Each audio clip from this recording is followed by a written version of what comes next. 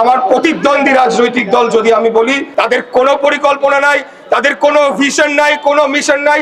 দেশকে তারা কোথায় দেখতে চায় সেটা নিয়ে তাদের কোনো ধরনের দীর্ঘমেয়াদী পরিকল্পনা উপস্থাপন করে নাই। আমি যে কথাটি বলছিলাম, বাংলাদেশ কি জাতীয়তাবাদ হচ্ছে, সকল শ্রেণী পেশার মানুষ, সকল ধর্মের মানুষ, সকল পাহাড়ি সমতল নির্বিশেষে সকলেই সমান মর্যাদা নিয়ে এই বাংলাদেশে বসবাস করবে।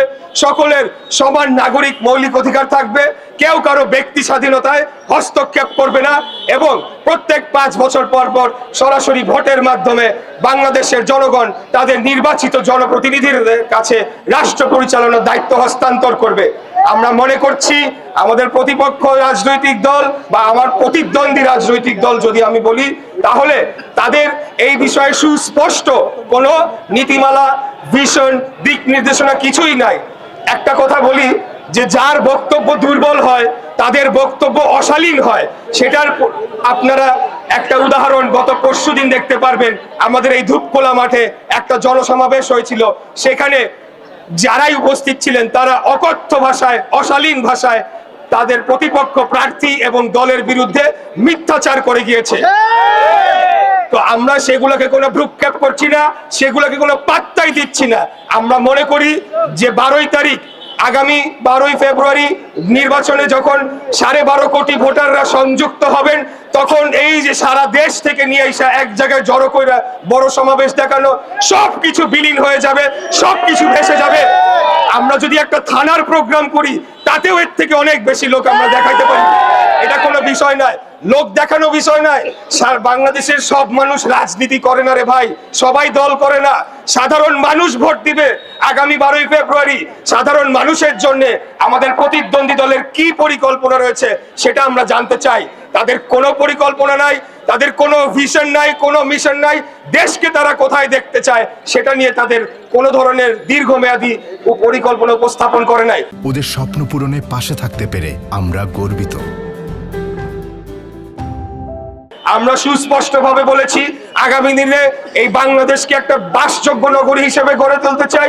সকল মৌলিক অধিকার জনগণের নিশ্চিত করতে চাই। আমাদের নগরীর যে বহুমুখী সমস্যা হয়েছে সেগুলোকে নিরসন করতে চাই। দূষণ মুক্ত একটি আগামী দিনে বাসযোগ্য নগরী, যেখানে আমাদের পরবর্তী প্রজন্মরা সুস্বাস্থ্যকর একটা পরিবেশে বেড়ে উঠবে, সেরকম একটা নগরী আমরা গড়ে তুলতে চাই। এর পাশাপাশি আগামী 25 থেকে 50 বছরে বাংলাদেশ যাতে এই দক্ষিণ পূর্ব এশিয়ার অন্যতম শক্তিশালী রাষ্ট্র হিসেবে গড়ে তুলতে পারি, সেটার ভিত্তি আমরা রচনা করতে চাই।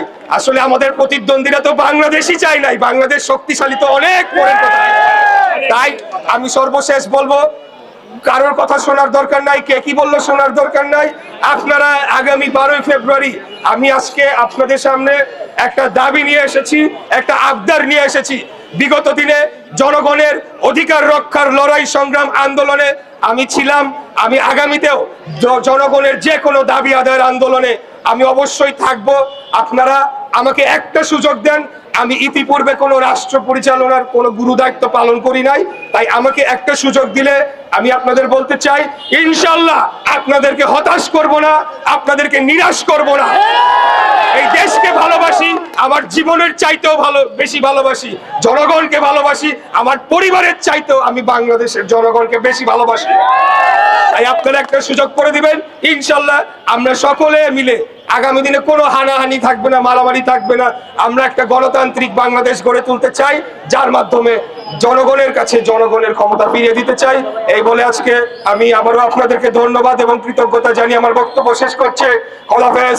বাংলাদেশ জিন্দাবাদ, বাংলাদেশ জাতীয়তাবাদী দল জিন্দাবাদ। মিলেমিশে গর্ব দেশ, হয় নাই মিলেমিশে গর্ব দেশ। ভাই কি সবার কি গলার জোর কমে গেছে নাকি? আন্দোলন সংগ্রামে তো অনেক দিচ্ছেন, স্লোগান করছেন। মিলেমিশে গর্ব দেশ, মিলেমিশে গর্ব দেশ, মিলেমিশে গর্ব দেশ, সবার আগে বাংলাদেশ, মিলেমিশে গর্ব দেশ। ধন্যবাদ সকলকে, ভালো থাকবেন। আসসালামু আলাইকুম।